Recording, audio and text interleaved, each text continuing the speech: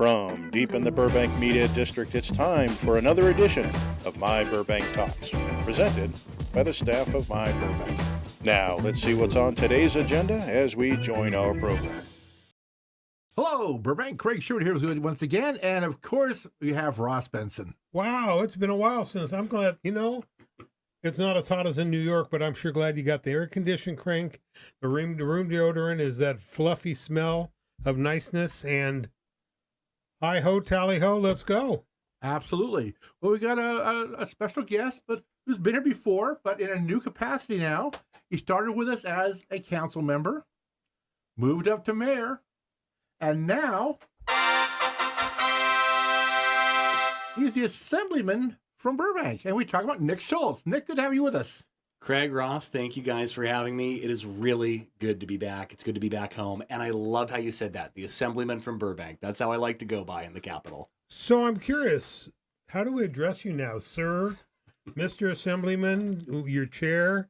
You haven't been knighted yet, have you? No, not yet. I don't anticipate. Ross, you and anyone in the community, just call me Nick. When I'm home and I'm out of the Capitol, I just want to be in my sweatpants at the store like everybody else. There you go. How you want to see that? When they speak at the assembly, they say, we recognize the gentleman from Burbank. Is that they do like they do in the? Yeah, it's actually a lot like that. So it seems a little arcane, but there's actually a rule that if you're debating on the floor, you're not allowed to call another member by name. So you would never say, I disagree with Mr. Benson or Craig's wrong. The only proper way to do it is to say the member from Burbank, the member from San Francisco.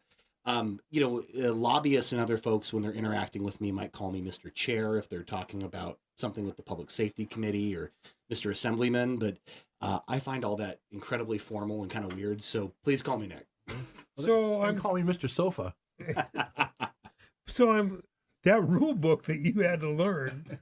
I mean, does it tell you how to part your hair too? Yeah, I'm sure there's a provision in there about that. Well, so how's the family? I know you probably don't get to see the family as much as you want to and everything. So how's everybody doing? They're doing really good. I appreciate you guys asking. Allie's still at NBC Universal. Her career is going great. Ella turned 4. She's going to be starting TK this fall, and she'll be going to Edison about a year from now. So we're getting ready to officially join the BUSD family. Aiden's 2.5, approaching 3, and I think we're going to do a Spider-Man themed birthday party for him this October. And then the last thing I'd say, Craig, is, the travel's obviously tough, and we can talk more about it, but, we're on summer recess right now, so it's so great to be home with the family and to be with all of you right back here at home. It's funny, all these technical rules, and then you call recess like the elementary school. It's a lot like that. Yeah. How are the kids, because now you're gone 4 or 5 days at a time sometimes. Mm-hmm. How are the kids understanding why you're not there all week? Or yeah, it was funny. The first couple of months, I think they were adjusting to it, and they almost didn't realize what was happening. But we've been able to soften the blow. So I would say more often than not, more than half the time, I fly up Monday morning out of Burbank Airport, usually like the 10 a.m. flight or something around there. We have floor session in the afternoon. I stay Monday night. We have committee the next day. I come back Tuesday late afternoon very, very often. So if you were at the airport, like on a Tuesday evening, right around when council's starting, you would probably see me exiting the airport, walking over to my car. Don't tell TMZ that. I know. I probably should have been careful with what I volunteered. Nowadays with technology, I find my son, who travels quite a bit, he was gone for 2 weeks at the All-Star game, but he could FaceTime with his girls nightly. And that technology, you can talk to them. And to your point, Ross, like I have heard from many people that this is a very hard profession. It can be hard on families. And as you both know, a lot of families don't make it. We have a lot of great things that we do as a family. So every night at 8:30 p.m., wherever I'm at, even if I'm at an event, I step out and I FaceTime with the kids every single night. And then usually later, once the kids are down, Allie and I talk all the time. So, we're always just keeping that relationship strong. And I am in town Thursday night to Monday morning. So every weekend I'm home. And then these recess times, we have a summer recess of a month. And then we have the last 3.5 months of the year when we're not in session. I'm home as often as I can be. A lot of my colleagues like to travel internationally and do other things. I just want to be home in my district with my family and with all of you. And when you say in your district, Burbank being part of your district, you have your office In Burbank. In Burbank. Yeah, it's Yeah. the same place where your predecessor. Yep, Third and And And their Magnolia. predecessor was. Hmm? And their predecessor.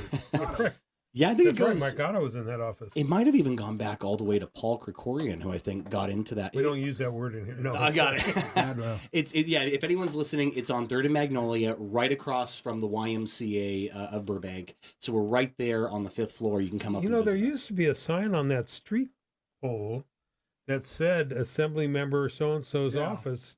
Might have right to there. get working on that, right? Yeah. So we talked a little about your travel on a Monday, Tuesday. So I was going to ask you, you must be traveling a lot on, you're using Southwest or I mean, is that Oh how my gosh. Are you getting? I hope you get miles or something, or you get. Oh, some of it you got to pay for yourself, right? They don't. The state's not paying for you to go back and forth several times a week, correct? That's correct. So I will just say I have hundreds of thousands of miles on my Southwest app, and I did get the card too because it's an even better way to make points. But yeah, to your point, they will pay for one round trip a week. So if I fly up Monday and then back Thursday after, we have a morning session on Thursday and then that's it for the week, they'll pay for that. If I want to come back midweek, I pay for that personally or rarely on occasion. There was an event, I think it was, let me see if I have it here. Oh yeah, Burbank Human Relations Council did a genocide remembrance event at I think the church up there on First on the Hill.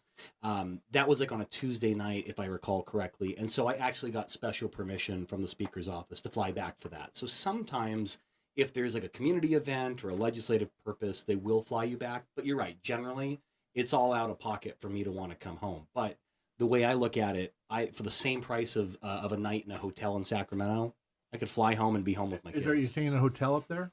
Yeah, I'm staying at the Sheraton. Generally, sometimes they bounce me around, but Or that TMZ Sheridan? yeah, you can find me there in the lobby, I'm sure. But no, the way I work it out is because I come home Tuesday nights, I'm only in Sacramento 2 nights a week, Monday and Wednesday.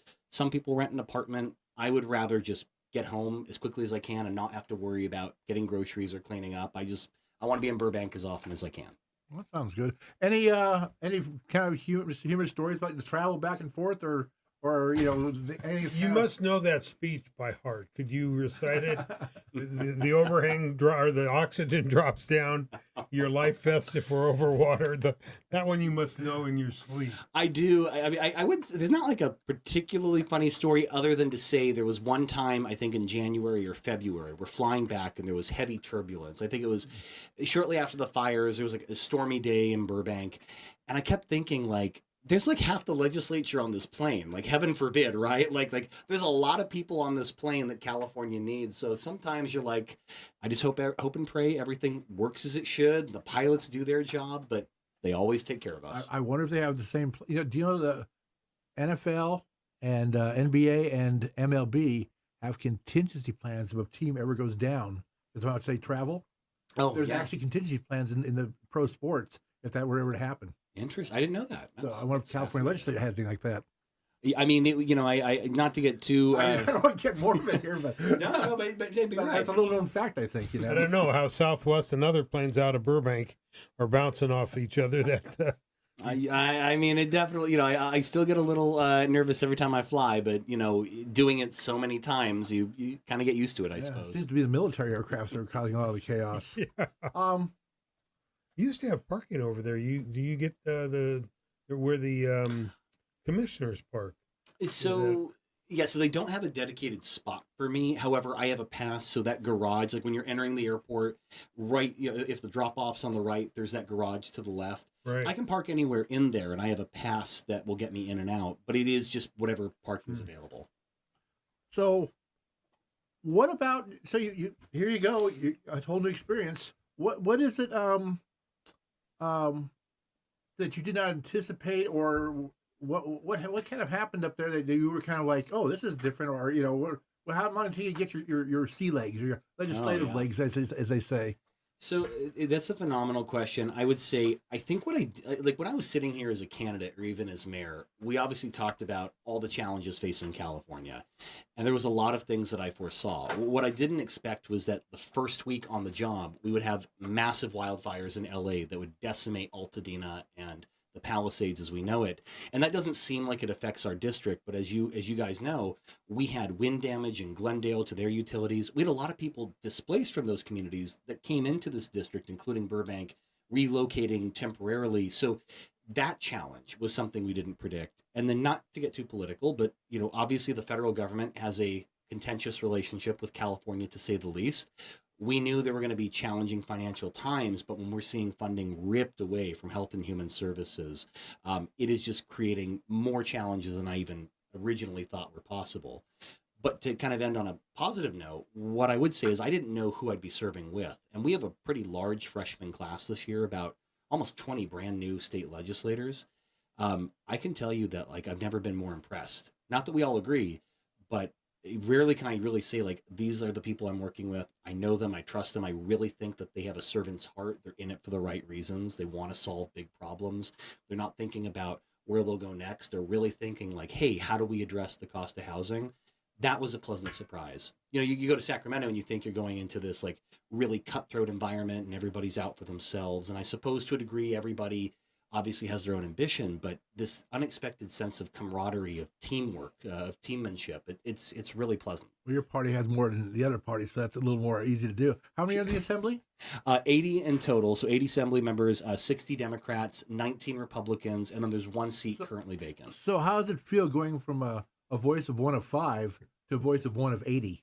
It is enormously challenging, to your point, because on the council, you're one of 5. Like, you get 2 people to agree with you, and you can do anything that you really want to do.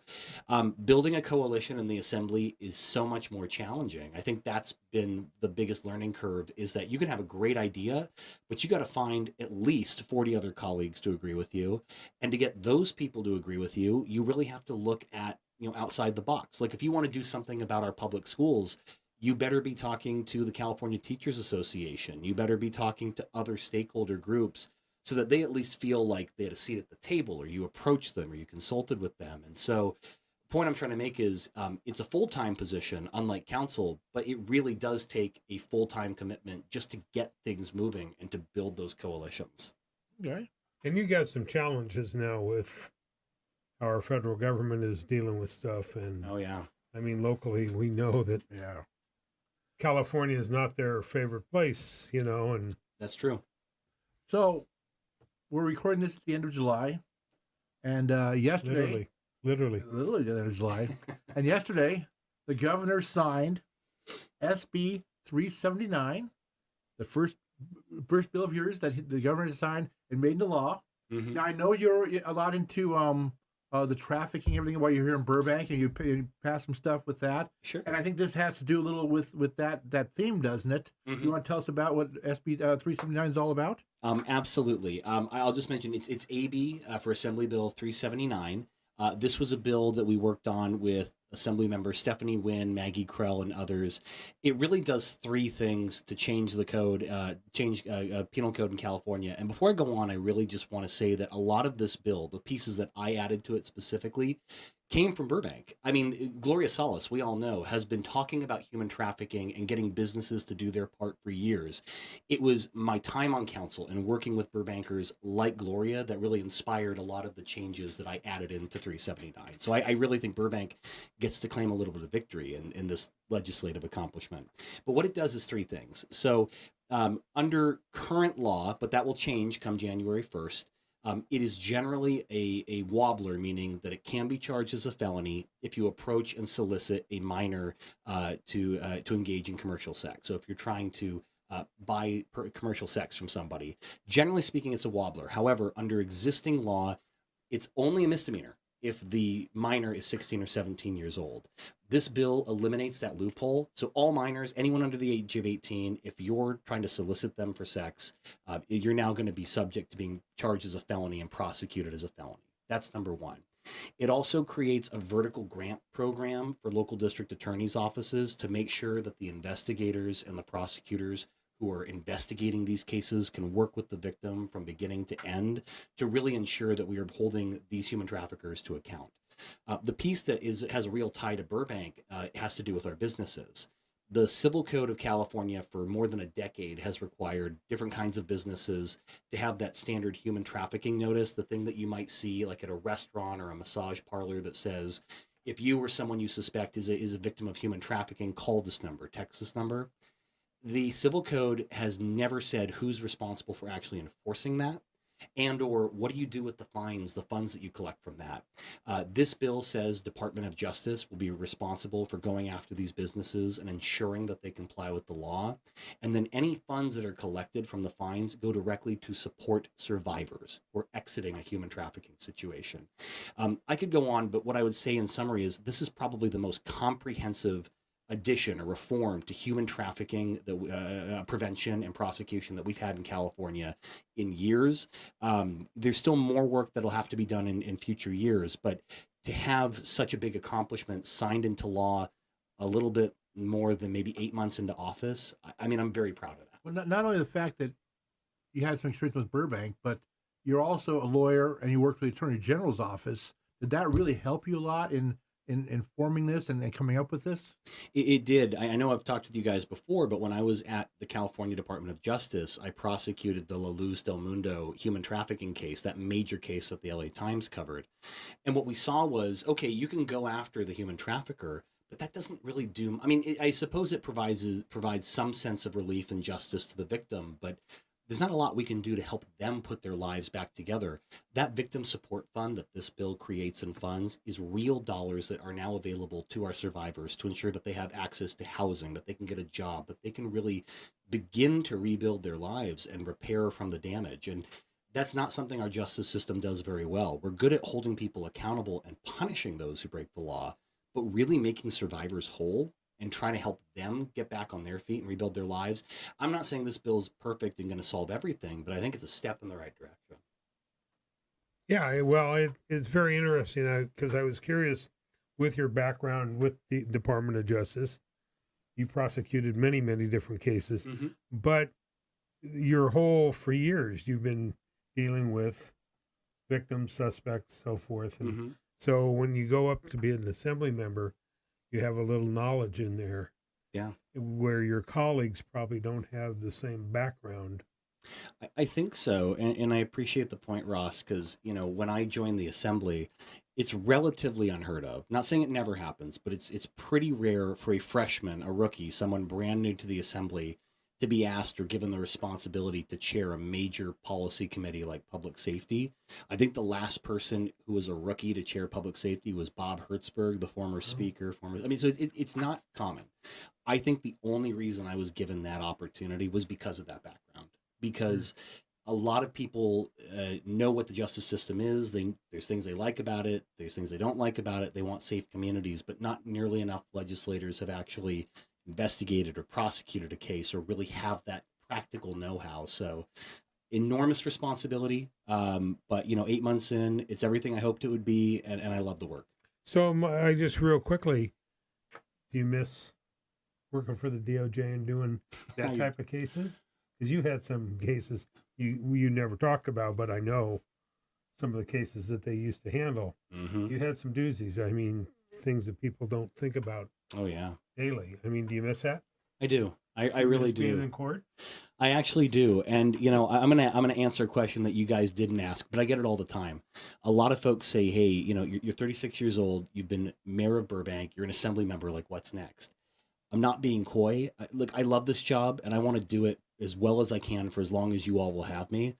But honestly, when I'm done, like right now, like I'm not saying like never rule anything out, but I could be very happy just going back to the courtroom. I love what I did at California DOJ. I love being in court. I love fighting for what's right and trying to make victims whole again. I'm going to do this job as well as I can for as long as I can. But it's hard to think, but like 10 years from now, 12 years from now, all this travel, you know, coming back home, being with my family every night and trying to keep my community safe, that sounds pretty good too. I will say this, though. If I understand you get in the courtroom and you want to help that one individual and everything else, but in your position now, you can help tenfold because of laws you might pass or things like that down the line. So while I understand, the one-on-one thing, look what you can do in the long run. And I got to tell you, I don't think the I think the ladder has more rungs still. I really do. And you know, that's another podcast down the line. So It's very sweet. let me ask you this. So you think back 8 months ago. First, you got kind of rushed in and sworn in real fast. Mm-hmm. And then one day you probably got that little office of yours. Well, it's a little, probably a medium-sized office, right? Yeah. It's probably about the Capitol office is maybe double the size of this room. It's not. Okay. It's not tiny. It's not. the It's biggest small office. then. Take a nap. So I could probably take a nap. So you sat down. You sat down at your desk. Now you just got your first bill passed. But how'd you say? Did you have preconceived notions? Hey, I'd like to get these kind of bills going. Or how did you come up with the bills that you decided to introduce and all that stuff? What was the process there? Did you have some preconceived ideas, or did you just did people come to you and say, "Hey, I'm going to do this," and would you like to get on board with it, or how'd that all go? That is an outstanding question. And other than what's next, that's probably the next most often asked question I get is like, how do bills actually get made? It was a bit of both. So in a minute I can talk more about it, but there were some ideas that I brought to the table that I said, hey, for example, we can talk about it more in a minute, but Assembly Bill 1050, which has to do with getting more housing on vacant commercial parcels like the old IKEA, that was something that I thought of. I was thinking, okay, what are the obstacles? Why aren't we building more housing on those sites where it makes more sense? And how can we make it easier to put housing there? So some of the bills came from me or from members of my team like that. But to your point, Craig, certainly other people come in the door all the time and they bring different legislative ideas and we review them. If we agree with them, if we think it's a good policy, we'll take it forward. Plenty of things that we pass on. But I'll give you one just concrete example. The Los Angeles Unified School District came forward with an idea that's now Assembly Bill 361. And it does have a tie into Burbank. What AB 361 says is really simple. When a school district has to go out and contract for someone to do work or services, generally speaking, they're required to go with the lowest bidder, right? That's generally the law.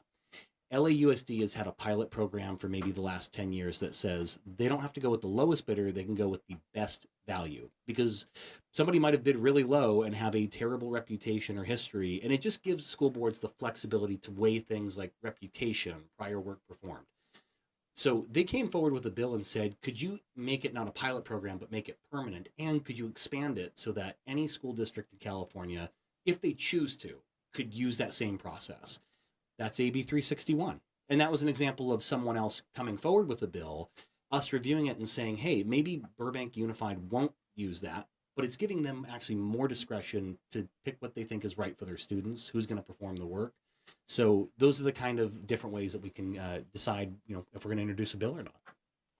So let's talk about some of the bills you actually have going right now, and Sure. and hopefully we'll get signed soon. Yesterday was the first day of signing, I guess. It's Yeah. because it's the first time I was signing. I saw another set of bills come out like today or something. Mhm. But so what other bills you got in the pipeline, and what do you think? You get some more stuff coming up? Definitely. And we have about, maybe 17 or 18 bills in total, but I'm just going to highlight the ones with the Burbank connection. Please. So, we have 379, the solicitation, the human trafficking one, we talked about that. AB 361, the one I was just talking about, the school district one, that is over in Senate Appropriations. So we are hoping, crossing our fingers, that will get out of appropriations. I want to talk with the Burbank USD right now, and their situations with contractors. Oh, yes. Oh, yes. Well, we'll come back to that. But I will say 361 is, like many of our bills, sitting in Senate Appropriations. If it gets out of that committee, the whole Senate votes on it. And then if that happens, it goes off to the governor to be signed into law. Their 1050 was another bill I was talking about. It's a pretty simple bill. When you look at parcels like the old IKEA, the old Kmart in Burbank, there's a lot of reasons we're not putting housing there. And you guys have heard me talk about this before. With all due respect to prior state legislators, an ADU here and there is not going to solve the housing crisis. We need more housing, but it needs to make sense in our communities. So we should be looking at these vacant and underutilized commercial parcels that are just sitting as dead space in our community. Okay, I'm going to interrupt you a little bit now. Sure. So I get it, and yeah, we do need the housing, but look what SB 9 and SB 35 and all that. All of a sudden now we're forced to do certain things.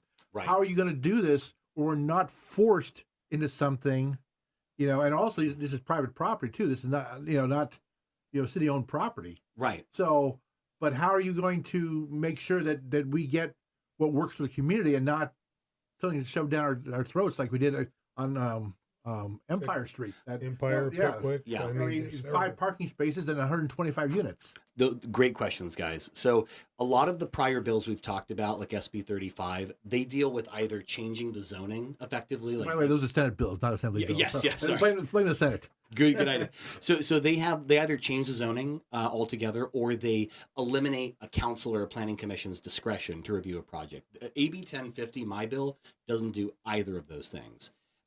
So on those commercial parcels, there are covenants that run with the land, and on many parcels they say you can't put housing there, period. It runs with the land. All this bill does is say that if you want to put housing on these parcels, the covenants are not an obstacle. It doesn't change the zoning. It doesn't take away the discretion of local jurisdictions to still evaluate and make sure the project makes sense. It just tries to eliminate one minor obstacle so that, hey, if we have to add housing in Burbank, let's at least do it somewhere that has the infrastructure to handle more water, sewage, traffic, parking, etc. But so that's another bill like the other one, sitting in Senate Appropriations, hoping it goes to a full Senate floor vote. I'll just quickly mention we have AB 1150, which is actually sponsored by the Hollywood Burbank Airport. It's to allow them to raise more funds to upgrade the car rental facility to handle the new terminal. And then we have AB 793, which is our dangerous and vicious dog bill. This actually was a response to the Conan saga that we saw late last year, where you had City of Burbank ordering the euthanasia of an animal.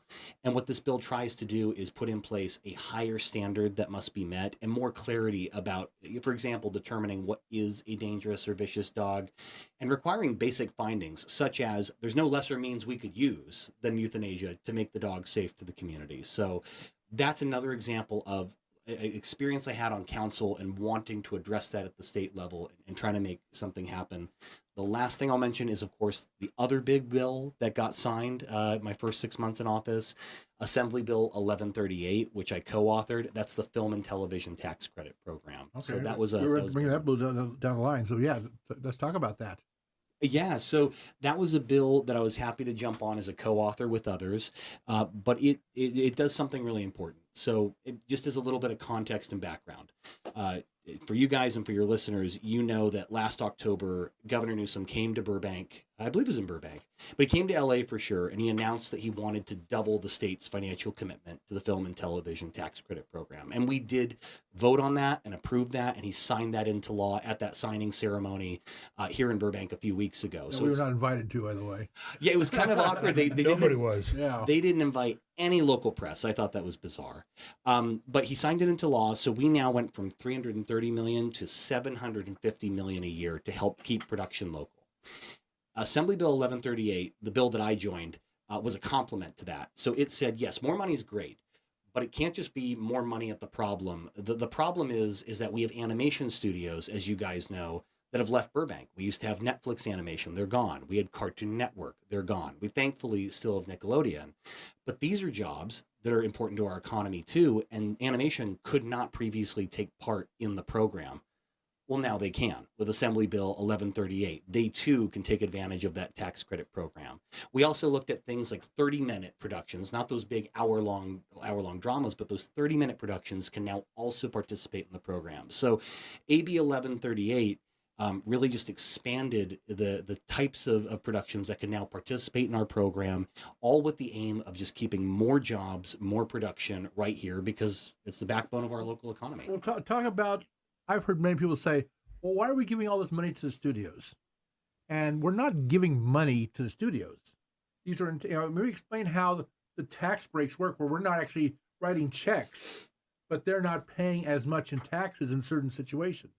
That's right, Craig. I mean, I could go into a much deeper explanation, and I will mention whenever this drops, it might be after, but tomorrow I'll actually be at the Burbank Media Expo with a panel including folks from the industry talking in more detail about That's a huge event, by the way. It's going thousands of people last year, and so we have a panel tomorrow with Ed Duffy from the Teamsters, Michael Walbrook from Warner Brothers. We have someone from the California Film Commission. So I'll get into more detail there. But on a high level, it's pretty simple. If you're a production company and you want to produce content in California, you want to keep the jobs here, you would apply for it, and you have to actually produce the content, employ people locally, employ those local catering companies. Once there's all that economic benefit provided, you're able to get the tax break on the back end. So yes, it is a tax break to a production company, but what we don't talk about is all the benefits of that tax break, all the people that live here in Burbank and around our region that are actually employed by the production companies,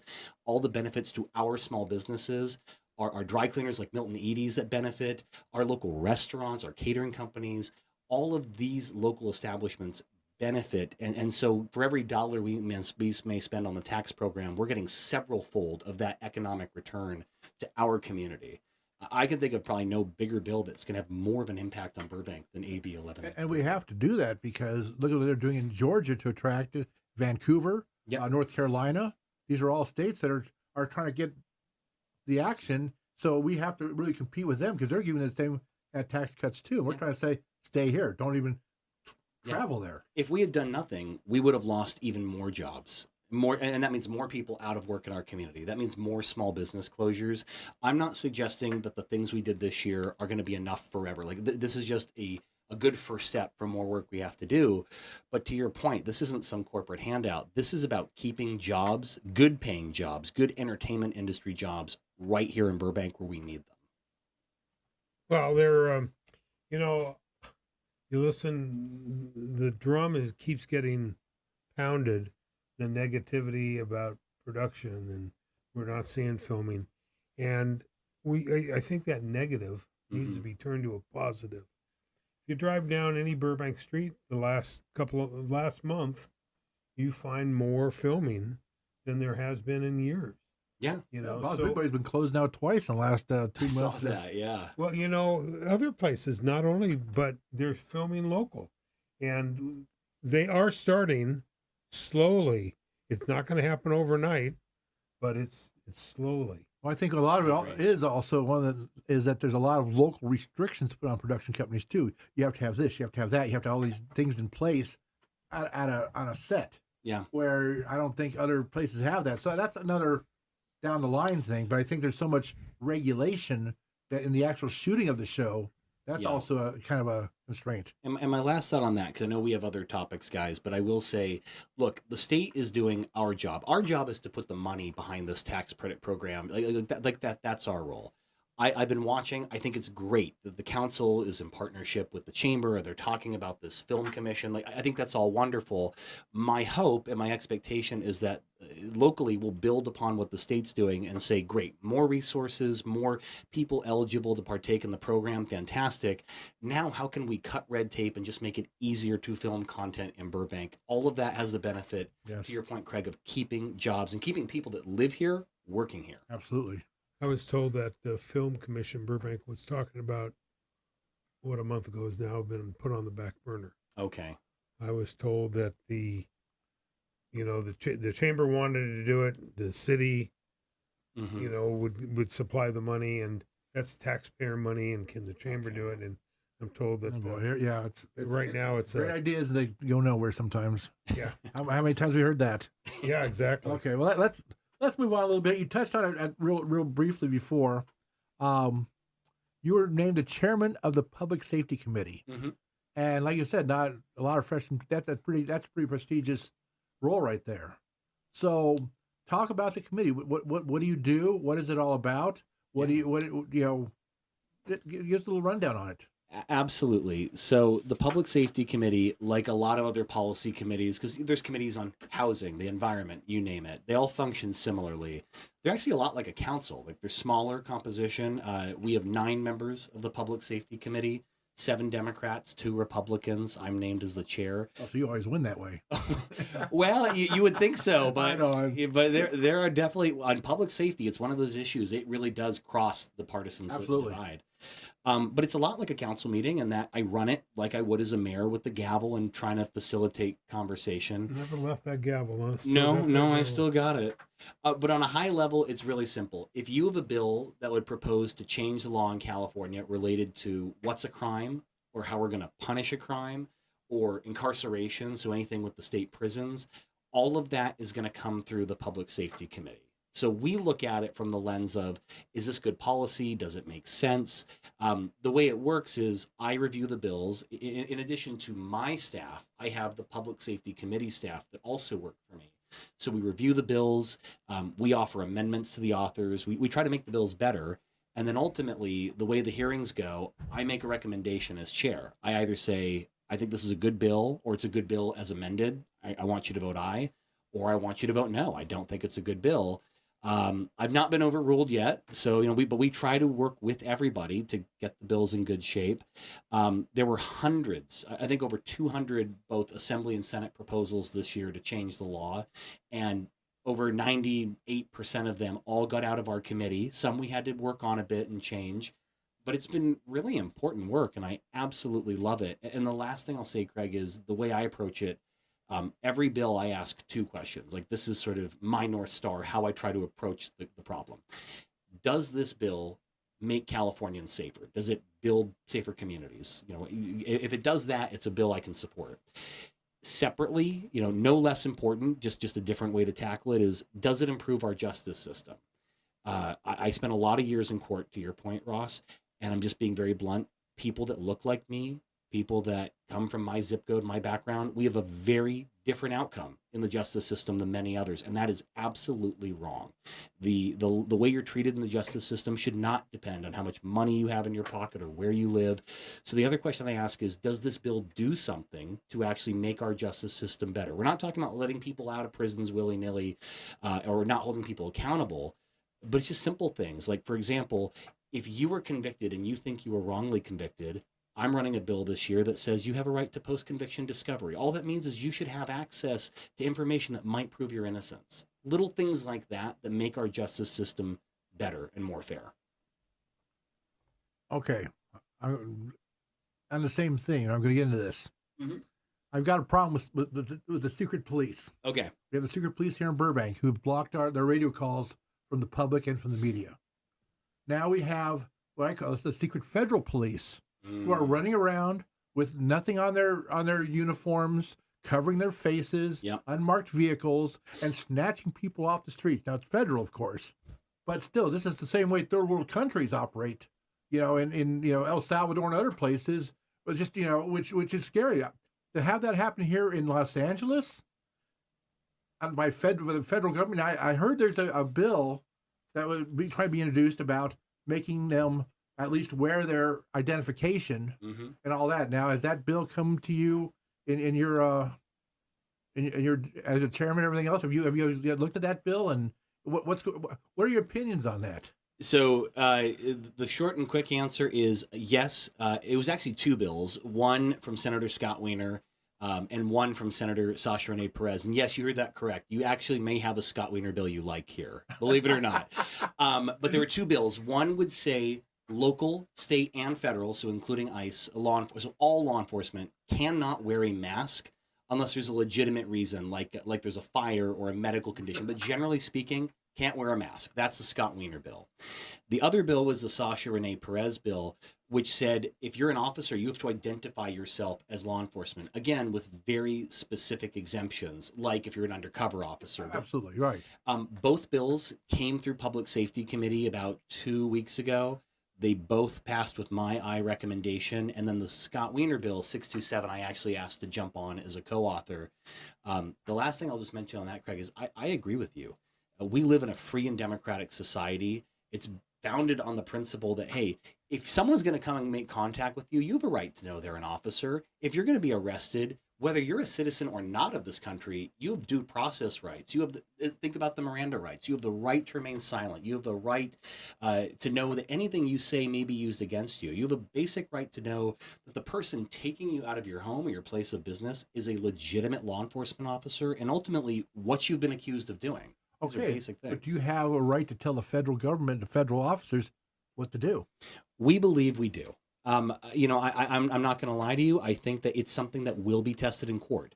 These bills passed the Assembly. We believe they will pass. They passed Assembly Public Safety. We believe they will pass the Assembly. They'll be concurred by the Senate. They will be signed by Governor Newsom. He's indicated support for it.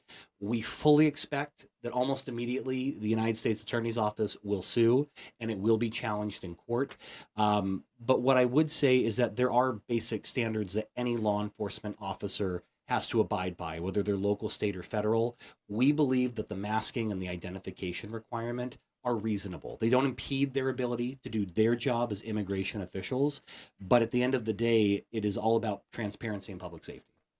Well, after listening to the appeal the other day at the Ninth District Court, and listening to the government's lawyer saying, "Oh, well, what we're doing is fine," and there's people in a group we should be able to go there and profile those people because they're in a group at that location. I don't understand how the government really thinks that they can. It just really boggles my mind. When I first saw it, I was shocked. I said, "This is what happens in other when we go to and free a country. Yeah, this is what they do in that country to people when we go to free it." Well, it's scary to me. It really is that how the federal government can do what they want to do when they want to do it. I agree with you, Craig, and not to belabor the point, I will say there were people in that hearing and outside the hearing that suggested maybe we shouldn't do it. The courts may not agree with us. They might say we can't do it.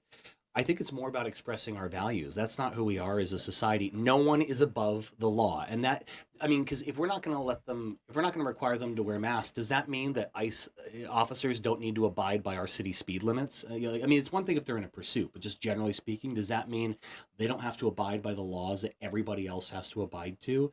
This is about saying nobody is above the law. And there is a precedent for putting in place basic requirements, even on federal law enforcement officials, that don't impede their ability to do their job. That's not the goal here. At the end of the day, it will likely end up in the courts, and I hope that the district court, the Court of Appeals, heck, even the Supreme Court, do not want the United States to turn into a third world or authoritarian regime, because it sure feels like we're heading that direction now. This gives them the chance to be on the right side of history. Absolutely. I totally agree. It's like Craig says, we've talked about it, just what you see and what we're seeing on TV is maybe a tenth of how bad it really is. But I agree. It just, you don't drive down the street, and for us, our color of our skin or whatever, but it's going to hurt our economy. Yep. It's hurting everything. These people that are afraid to go shopping, go to medical appointments. Yep. All those things. It's become worse than the pandemic for some businesses now. Yeah. I'll give you a quick story. This happened, maybe 20 years ago. And in my coaching days, well, I'm still in my coaching days, but my earlier coaching days, we used to have practice, and then we used to go back to school to get some hitting in. And there's a 7-Eleven on the way back. And so we would stop in, and then some of the players would stop in, we'd grab center fielder was a black kid, one of the greatest kids in the world. Absolutely just awesome. And I'm in the 7-Eleven, and I'm watching the clerk. And wherever this player went in the stuff, he was walking around. Oh. And I went to him, I said, "Do you see what this?" He goes, "Oh no, I'm used to this. It happens all the time." And as a white guy, I would never think of something like that. So, like you said before, the color of our skin, the experiences and things like that, we have no idea what it's like to walk in there. They're used to it. Yeah. I guess they get to talk. When you get pulled over, how you're supposed to, put your hands on the wheel and be very polite and all. We don't understand. No. What that's all about for some of those people. So I learned a lot, and it's stuck with me for 20 years now. Think about what they're going through. Exactly. And think about what the Hispanics are going through, even the ones who are legal and are being caught up in all this. Well, there's a car wash in Burbank that has been closed now for a month because employees are afraid to go to work. It's a car wash up on Glen Oaks. It's been there. Gary Sutliff, Burbank farmer, built it. And he told me, he said, they can't get employees to come to work. So the business is now shut down. Well, and one last point on this, guys, because I really appreciate both of you sharing that perspective, and I'll be brief. But you're absolutely right. Look, when President Trump, I didn't vote for him. Not probably a surprise to your listeners. But when President Trump got elected, and he was talking about doing immigration enforcement against violent criminals, people causing harm in our community, I would say most people could probably get on board and say, Absolutely. yes, if somebody's committing violent crime, Absolutely. obviously that's, and by the way, the biggest misconception out there is that Assembly Democrats or others want to harbor people that immigrated here illegally. I will just point out Senate Bill 54, the California Values Act, has exemptions so that we can work if there are violent criminals leaving our state prisons and ensure that ICE knows about these individuals. That's not who the federal government's targeting. They are targeting, by and large, law-abiding people that are contributing to our economy, like you said, Ross, and documented instances where they've deported U.S. citizens. They're not going after serious and violent criminals. They're going after people, quite frankly, by profiling them, to your point, Craig. Yeah. And that is absolutely wrong. And now they're trying to do it with secret police. All your listeners, if you're listening, you should be scared. This is exactly what we saw in 1930s Germany. I mean, this is how democracy fails if we don't stand up and say, this is not who we are, and it's fundamentally wrong. Process matters. Absolutely. Totally agree. I don't know what the solution is going to be, but it's something that we need to Get to quickly. Yeah. We really need to move on it. I know. Because it's getting, we're not seeing it as much because it's not the top of the news now, but it's continuing to happen. Yeah. And if we don't get a jump on it now and stop it, Yeah, well, where's it gonna we're go to? chasing people through fields and everything else that we're doing, and it's just, I feel bad for them. Anyhow, let's move on a little bit here. You following the Burbank City Council at all? Believe it or not, I am. I will mention that I'll actually be in front of City Council later this fall to give an end-of-year update. So if you want to come hear more about what I've been working on or throw tomatoes at me, whatever your pleasure, I'll be there. I do try to watch every week. I'll mention I can't watch all of every meeting, but I always try to tune into the public comment period. So if you're listening, Absolutely. well, because Some of the best television there is. it is, and also if I can't watch a whole meeting, I figure the people that are coming down to council and sharing their frustration, whatever, listening to that at least gives me a sense of what is on the mind of our community. So I do try to follow. I think the council is doing an admirable job of trying to tackle the tough issues. I will say that even with the obstacles to the film commission, I hope they understand that what we did with our entertainment industry, the bills we ran, it's just a foundation. It's just a starting point. I encourage the council to do more locally to keep production. I think we need to do more like that. The council cracks me up right now because we're in this thing talking about politically correctness and the word landlord. They want to call it so many different things now. If you're a landlord, you own land and you rent it. I mean, you're a landlord. You're not a plantation owner. You're a landlord. Okay, so Burbank wants to change all that terminology, and somebody asked at one of the meetings, well, does the state? Was it a state? Everybody calls it landlord, but yet in Burbank, we're all stirred up about that. So it kind of cracks me up. But one of the things that bugs me, and you dealt with some of it. I forget which topic that you had to throw that gavel down a couple times. It's just decorum. Craig and I remember the days when, we had Jules Kemet and Mel Perlich, and they'd get up there, and Mike Nolan, and they'd say their piece about something, then they'd sit down. But now people are rude, nasty to our political people, to our politicians that are up there. I heard today that the LA City Council passed something. Yes, they did. That you cannot say any certain words. Yeah, certain words or slurs or things like that. Wow. And I'm not sure how that's going to work in the some free of speech, but that's interesting how they. Well, now that you're not at the local level, you've gone up. You probably don't have anybody publicly protest you, or you haven't had anybody picket your house lately. Well, actually, with AB 379 earlier this year, you might remember there was a lot of misinformation out there. People thought that we were trying to protect people preying on children when that's not at all what we were doing. I had numerous confirmed death threats. I had people picketing my events. By the way, none of these people were from Burbank. They were all, forgive me, they were right-wing lunatics from outside our area. You never read the bill. Never read the bill, didn't know anything about us, but saw something on a right-wing blog and took it as true and came to Burbank. And we had to use Burbank Police Department for resources to keep us safe. They did a great job, by the way. Love the new chief of police. Chief Quintero is fantastic. But no, I mean, it's not the same. You're right, because it's very occasional. It's one bill that maybe causes controversy. But I agree with you, though. At the end of the day, in a free and democratic society, we have to be willing to get together. Disagree, that's fine. Bob Frutos, the first person who I had the pleasure of serving under as mayor, always said you can disagree without being disagreeable. I think we got to get back to that. You can disagree with me on policy, but the moment you start making slurs or being disrespectful at the dais, or in my case, threatening my wife and kids, like we've then at that point crossed a line.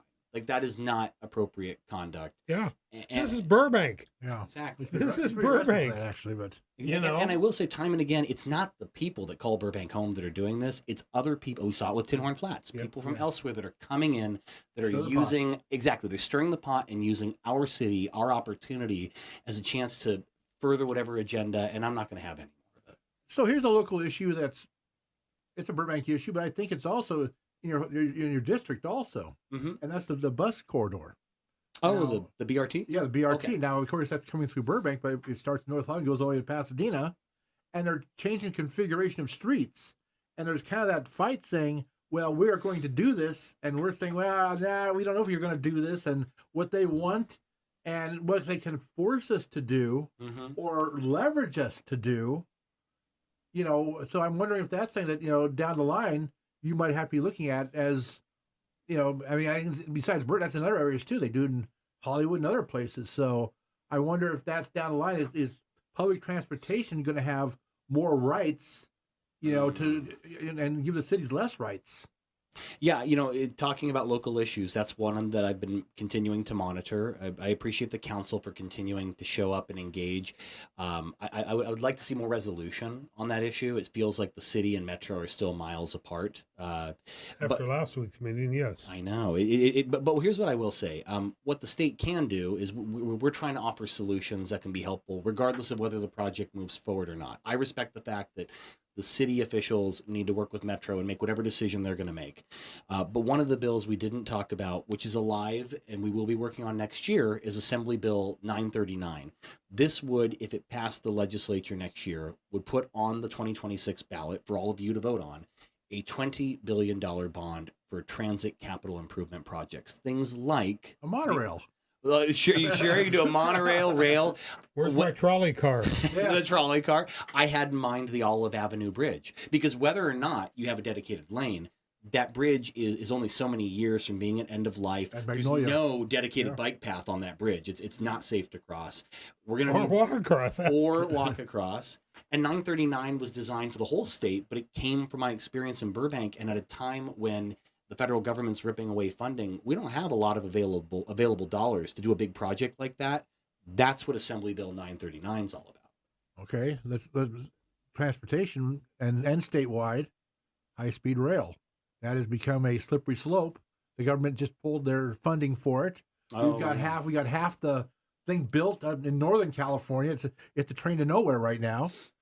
So they haven't even talked about doing the southern part of it down to LA yet, and where it's going to go, and what domains has. I mean, it's a huge cluster thing, So what do you see in that going on? Because right now you got half a thing, kind of built, and that's it. I think it's a great question. I mean, look, I think we're still in the Capitol. There's sort of division of opinion. You have some people that are saying that we've tried the project, we spent a lot of money on the project, it's time to bring it to an end, which seems like a waste of resources and billions of dollars. Exactly. And by the way, this is a job creator. Most of the jobs have been in the Central Valley, but this has the potential to put a lot of people to work for a very long time. You have another group of people that still see value in the project. And I would say I fall more in that camp. I still think that high-speed rail can work. The issue is the implementation has been completely sideways. I would have started with the Southern California leg of it as opposed to the Central Valley. I would have certainly done that. I think there clearly has been inadequate oversight of the high-speed rail project.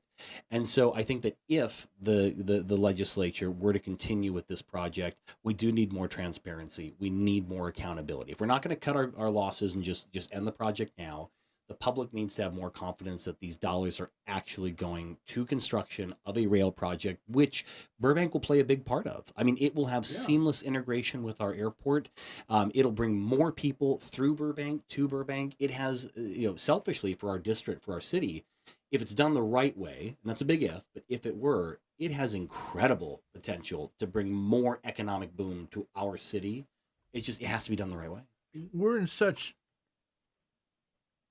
We're one of the best technological states in more or less countries in the world, but yet you go to Japan, you go to all these other countries, high speed rail everywhere, and we can't figure out how to do one rail line through the state. Now there's a private one that's going to happen in to Vegas, which a private company is going to do, right. But the one we're doing, we can't figure it out. But yet all these other countries have no problem with it, and that boggles me. Well, and to your point, Craig, before we just cut our losses and have this weird segment of a train stranded in the Central Valley, I'd be much more inclined to see, is there a public-private partnership that could help at least save a portion of the project? Yes. But, I think that, we're sort of losing the point of the argument if we're just saying we hate this project, we want it to end. Let's see if we can finish it and do it the right way and at least have some positive contribution to California at all. I think we can get there. It's funny, you were talking about high-speed rail. Craig and I witnessed for 30 years the controversy about Burbank Airport. Are we ever going to replace terminals? How many meetings did we cover? Countless hours of the fight of, a new... and even today, you can't say new terminal, it has to be replacement terminal. Because it's all about words, Yeah. But as you go out there, you fly by it, that's moving rather rapidly. Oh, yeah. Believe it or not, they're on schedule and at budget. It's remarkable. So it can be done. It can be done. Well, it cracks me up when they put the Ritzy in, for all the everything else. I said, why would they put it in here when they're going to move the terminal over there? And now they're finding that they don't have the, with your bill and everything else, because they have to now put another rental car situation in because the one they built 10 years ago now is going to become obsolete because of the terminals. And I just said that was wasted money. Well, real quickly, I drove by there just the other day, went out Van Owen, and I don't remember if you were on council at the time. The argument about the paintings or the artwork on the outside of the Ritzy. Yeah. I drove by there. All those frames that they put up, you can't see them because the trees have now matured and grown. Well, how about the bridge that's supposed to go to the train station? Yeah, just this little stuff. I'm with you. And at the end of the day, I know we're close on time, but I'll just wrap with saying, on this issue, I'll wrap with saying that what I think my contribution can be is that I hope to be in this seat as long as I keep doing a good job and the voters keep sending me back. I'm termed out in 11 years, but for as long as I'm here, I want to have that sort of regional eye view. Obviously, Burbank is our home. I care deeply about what happens in the city. I see opportunity with these regional projects, with these state projects. I want to do right by our whole district. And yes, of course, Burbank is where my heart is. It's where my family is. So I want to make sure that Burbank comes through very well in all of this. I think, to your point, Ross, we just have to have more strategic vision. We can't just be so reactionary. We have to be thinking about what do we want Burbank and more broadly, the 44th district to look like 20 years from now. How do we get there? Yeah, it like you say, Burbank's not going anywhere, folks. Mm-hmm. We're a city of people, pride, and progress, I think. Yep. They say, and we really are. This is the movie capital of the world. That's right. How we move forward and so forth. And it kind of... Things are changing. I think in the next 20 years, actually, a lot of location filming won't even be done anymore because it'll be going into sound stages now. Oh, look what they're Warner doing. Brothers is now might become more sound stages and less sets there now. Well, 16 new stages over there. Right, but I'm talking about the main lot. Oh, the main lot, right. Mm-hmm. Well, I know we've gone on longer than we were expecting. Yeah, we have, but that's one more thing for them. Okay, because I wanted to find out. What's the future hold? What do you see in the future right now? What are you what are your goals? Your immediate goals for the next let's say 6 months? Little snowball or cube. Oh, the 8-ball. Right. Turn it over. Tell us what you see.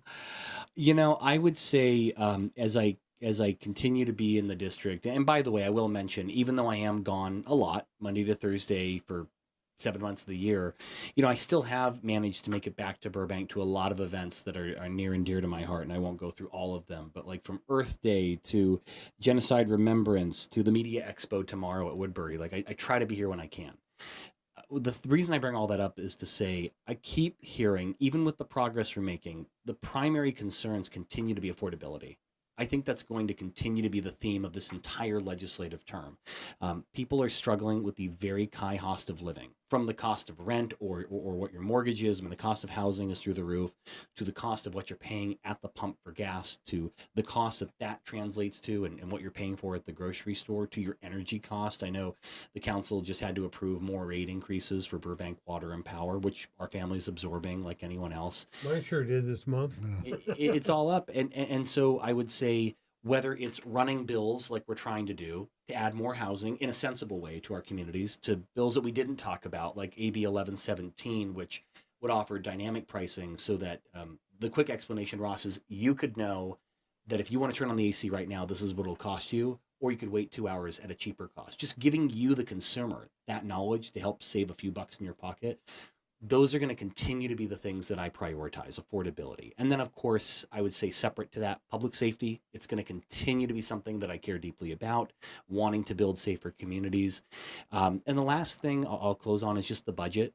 We have a budget crisis in California. We had a deficit, and that's made worse by the fact that the federal government is now clawing back grants left and right. They passed H.R. 1, which is ripping away more funding.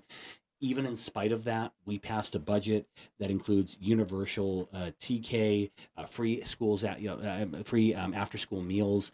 We are doing what we can in our budget to keep in place that social safety net that I think is going to be more needed than ever. So the last thing I would say, Craig, is as this federal government continues to really hammer California and really, by extension, hurt the people in our community in Burbank who really need our lifelines the most, a lot of the legislation and the work I'll be doing on the budget is trying to keep that social safety net in place. Nobody's asking for a handout. They're just asking for a hand up and the opportunity to not fall into homelessness. That is what we need to do at the state level, is to ensure that we're continuing programs like SNAP, to ensure that we're continuing to house people, that we're making progress on reducing homelessness. Those are going to continue to be priorities. I think you're going to have to find a balance somewhere also, because if you have a rent cap, basically, of 99% of the state or something in that area, I'm not sure exactly what it is, but if the landlord's cost is going up 12 or 13% because of certain things, well, you're asking them to take a 3 or 4% loss every year then, for where they can raise the rent and where they have to their bottom line. So I think that's something that you'll have to find, the whole legislature will have to find. Yeah. How do we find a balance in that so that they can still maintain their margin, and yet these people can still have housing too. I think that's the big equation, which nobody has the answer to. I agree, Craig. And the only thing I'll very quickly say is another bill. Clearly, we've been busy. But another bill we didn't talk about was the affordable housing bond, which we're co-authoring as well.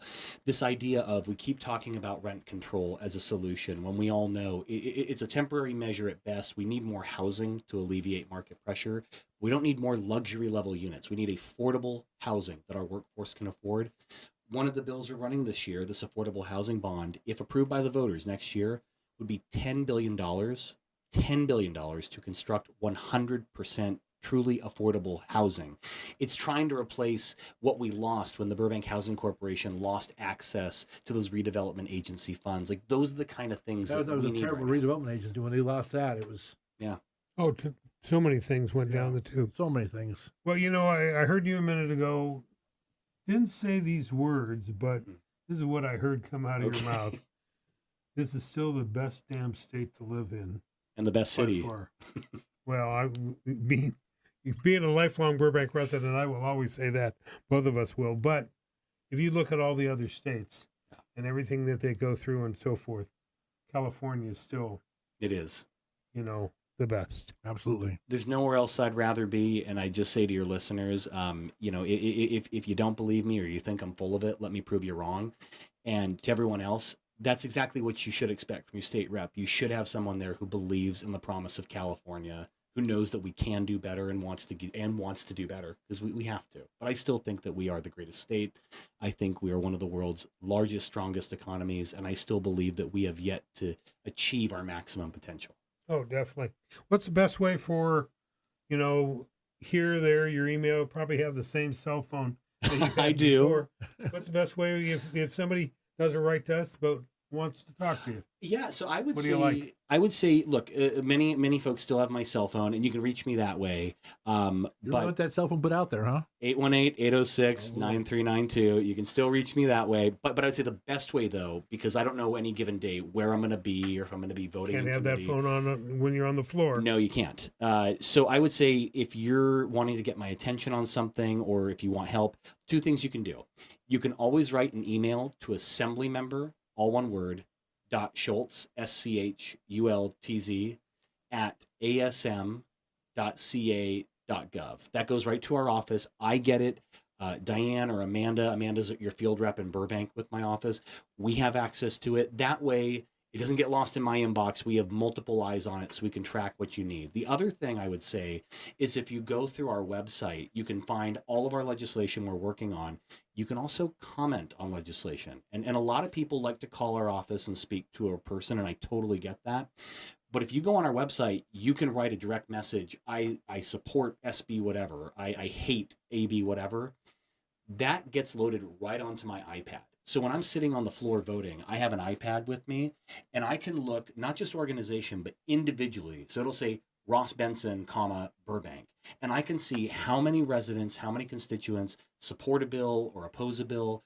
That is such an easy thing to do, so that I have a sense of, hey, there's 500 constituents who reached out that want me to go up on this bill, or 500 that absolutely want me to vote no on this terrible housing bill, for example. It's really interesting. Again, technology makes it so you can have that iPad there and get.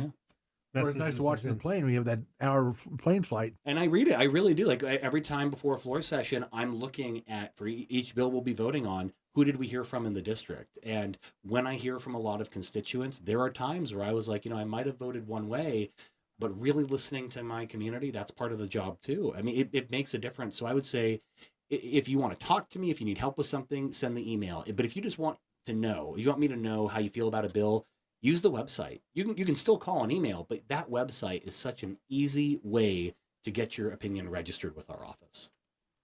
Fantastic. Ross, any final comments or anything? No, great show. I mean, we haven't seen you in a while, and you and I have seen each other out in the community.